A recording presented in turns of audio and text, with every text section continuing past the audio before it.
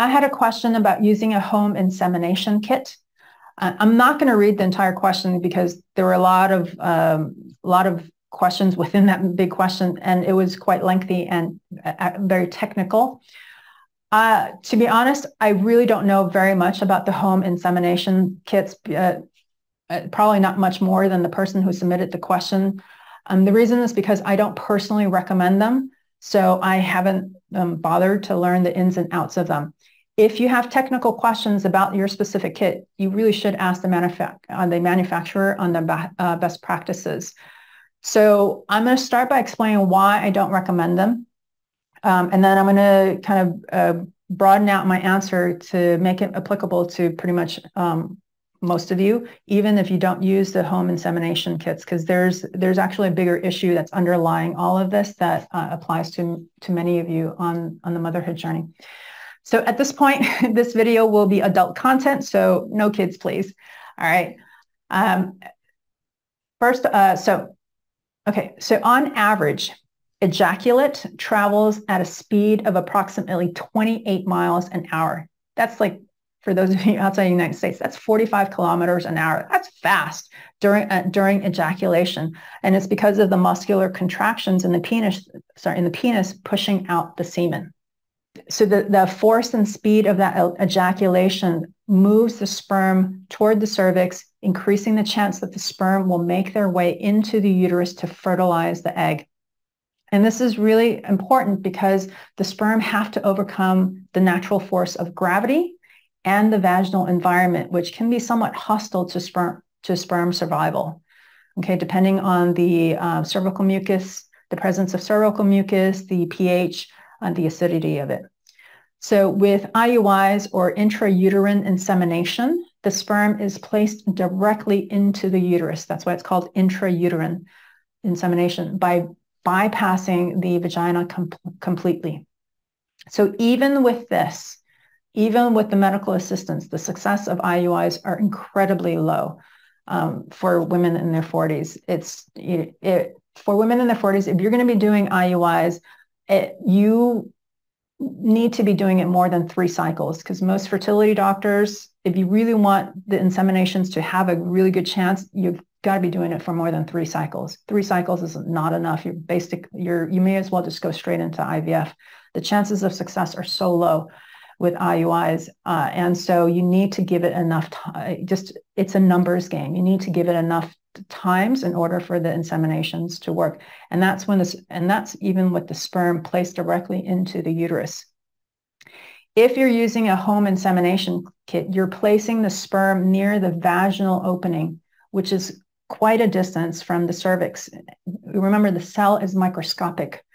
So it's like a person walking around 3.5 miles or 5.6 kilometers to cover the same proportional distance. I looked it up because I was curious, like, how far is this? I knew it was far. I wasn't totally sure how far it was. I looked it up. So it's a long distance, right? The sperm not only has to travel that distance, but it also has to navigate through hostile environment of the female reproductive tract, overcoming the vaginal acidity, which I talked about, and the cervical mucus. If the cervical mucus is not right, because the cervical mucus changes depending on where you are in the cycle. It's best when it's during that fertile window period, because it helps the sperm to move closer to the cervix and stuff. So there's a whole lot that the sperm have to navigate. And so you can see why home insemination kits will have an even lower success rate than IUIs. And so you're going to, if you're going to be doing the home insemination kits, you're in it for the long haul. Don't think you're going to just do it for once or twice and then it's going to be like your saving grace. I always make room for miracles. That's a miracle. But if you really wanted to do the home insemination kits, you have to use it consistently. And I know I sound discouraging. So here comes my guidance for the woman who submitted this question, right? For this woman's husband, he sometimes has an easier time depositing sperm into the kit than finishing in her. So the rest of the video, the rest of my answer is for her and also for women in general, right?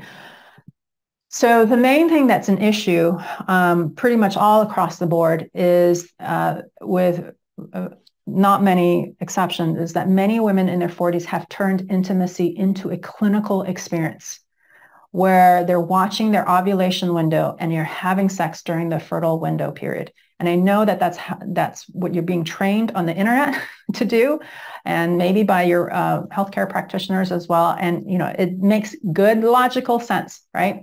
So while understandable, this is not in your best interest for the long term. As you can imagine, and it may be already in your case, it creates stress because you feel like you have to get the timing just right. It also creates a lot of pressure on the man's part to need to perform. And that psychological pressure on man really can affect his performance a lot. And so because for many men, their virility is, their manhood is tied to their ability to perform.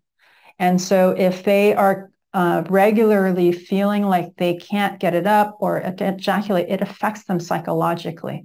And so they lose interest in sex, to be honest. So, and that's something that you want to avoid during this process. You really want to have, really be able to have that connection with each other when you are intimate, to really feel fully engaged with each other. So my recommendation, and this is exactly what I tell my clients, is forget about the OPKs. So we're going to expand out to not just the home insemination kits, but also to the OPKs, the ovulation predictor kits, you know, those little P tests to tell you when you ovulate, and those the fertility tracker apps. I tell my clients at a certain point, when they're comfortable, just drop it. You don't need to know the exact fertile window period. I tell them, and I want you as well, to focus on making love, not just having sex. There's a huge distinction between making love and having sex, right? It's fine to have sex occasionally. It's like, okay, I'm tired, or let's get it done. That's fine, but don't make it a regular thing. It really should be about the connection between the two of you, because that's where the magic is. You want to understand that this is not just a clinical process of the egg meeting the sperm. It goes way beyond that. This is the reason why I do this, because to me, it is the most amazing thing, the most miraculous thing, that two itty bitty microscopic cells can come together and create a full human being, right? So there's a lot that we don't understand. There's the soul. And so actually, let me go off on a tangent. So let's talk about the spirit baby. Let's bring in the soul of the baby that wants to come in. The baby that wants to come in is much more likely to come in if they see that connection between you and your husband, I presume, your male partner, whatever, right? If they see that connection, if they see that love, if they see that intimacy, when they feel that, they don't literally see with their eyes, but when they feel that frequency of it, that's when they want to come in. When you have a very clinical attitude towards sex, towards, the baby dance, as I've seen it being called on fertility forums, it's not a dance. So when you have a clinical attitude towards it, it's a very low frequency of, we've got to get this done in order to get to our goal, versus making love, which is a high frequency of connection, of intimacy, of let's explore each other. How much pleasure can we give to each other? It's completely different, right? And you all know what I mean. So it doesn't matter if he doesn't. So in the case of this woman who said that her husband has an easier time depositing sperm into the kit rather than finishing in her. Sometimes he doesn't ejaculate at all. So it's okay. And I know this is actually quite a common issue, is that men do sometimes have issues ejaculating. It doesn't matter. It doesn't matter if he doesn't ejaculate all the time. As long as he's able to relatively consistently, because the thing is, if you take the pressure off of him, he probably will orgasm more often. And if you've been trying for years, tracking your cycle and having sex at the right time, and it's not working for you, it's not working for you. So let it go. Enjoy each other. Make love once, preferably twice a week, because you feel like it when you're in the mood. And so part of it is going into your body, feeling how revved up you are, like how horny you are. And you're not going to feel that if you're in your head tracking your ovulation, tracking your menstrual cycle, because then everything becomes analytical. So then you're in your head and you can't feel your body. The hormones, the changing hormones that you go through throughout the month, as your estrogen rises, you're going to naturally feel more horny and sexier and want to make love. And so, but you need to be in your body in order to feel that. Okay. So I do recommend that you make love once, preferably twice a week, because you feel like it. And then, you know, space it out if you can. It doesn't have to be on precise dates, days of the week, or it doesn't have to be exactly 2 or 3 days apart. Just space it out, you know, whenever you feel good, when you both feel up to it. And then if you can, increase that to 3 times a week during your fertile window period. And you know, by now, most of you know when your fertile window period is around about, like it's mid-cycle, right? It doesn't need to go by the calendar. So the 3 times a week, it's not necessary if it creates too much pressure, so don't worry about it. I do recommend though, once or twice a week. Twice a week is more ideal. A lot of people say that they're too tired. So if that's the case, try doing it first thing in the morning. Wake up earlier if you need to. You want to make love making a priority. People often let that aspect of their relationship slide when life gets busy. Really try not to do that. Make it an integral part of your relationship. I'm sure it was a big part in the beginning of the relationship, and you know, great lovemaking is going to help really to continue with nurturing that passion within your between the two of you. So yeah, it is a critical part to your relationship. If you don't want it to become a roommate situation or just buddies living together, you know, your partner still needs to be your lover. And you know, again, I make a distinction between lovemaking and having sex. Change it up so that it feels more fresh. Men want variety. Women do too, but men just want it much more, and they need it much more. So talk to your man about, you know, his sexual fantasies. Share your sexual fantasies. You know, and if you can start enjoying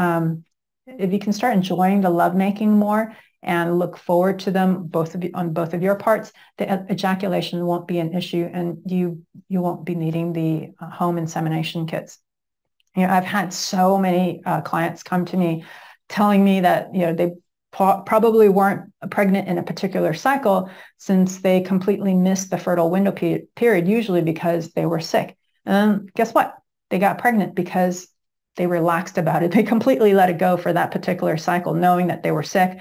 And so, but they still got pregnant. Remember, and the reason is because the sperm can stay alive for up to 5 days in the vagina.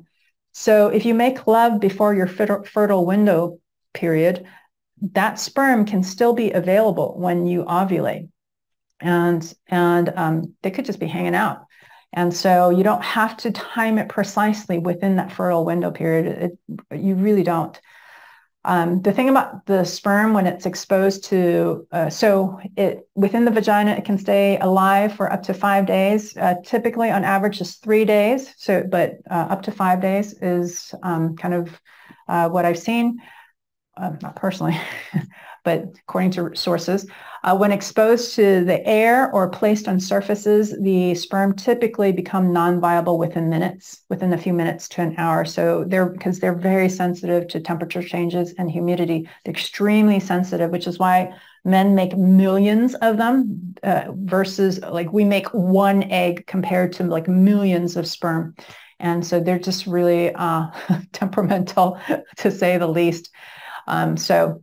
So my message for this particular question, but really in general, for women, is to really focus on, fanning those flames of passion, of lust, and, just wanting to rip the clothes off of each other, because that's really where that baby magic, like that baby making magic is. It's in that fiery energy of just wanting to go at it with each other, as compared to that very dull, low frequency of today's the day, honey, it's time, right? So there's a vast difference between the energy of, between those two energies. And you also want to try to get out of controlling the process so much. And because a lot of people kind of get into the habit of trying to, with the OPKs and stuff like that, they want to try to control it too much. And again, you're going into your head, and you're moving out of the frequency of love, the frequency of just joy, of being very present. Making love is one of the most powerful forces on the planet. Frankly, if more people were making love, we would all be a lot happier, because it's quite the stress reliever. So that is my message with the home insemination kits, with the OPKs, with the fertility trackers. Having said all of that, if doing those really help to ease your mind and relax you, for most people it doesn't, but if it for your particular situation it does help you provide some sort of comfort, then continue with that. But if it stresses you out at all, stop doing it and just focus on the lovemaking part, and just really focus on each other. Because when you do that, then you will naturally know when the right time is to make love. Okay? So if you found this video helpful, like and subscribe to get notified of new videos on this channel. I'm Julie Cheng, and I'm here to help women in their 40s manifest their baby. Thank you so much for joining me today.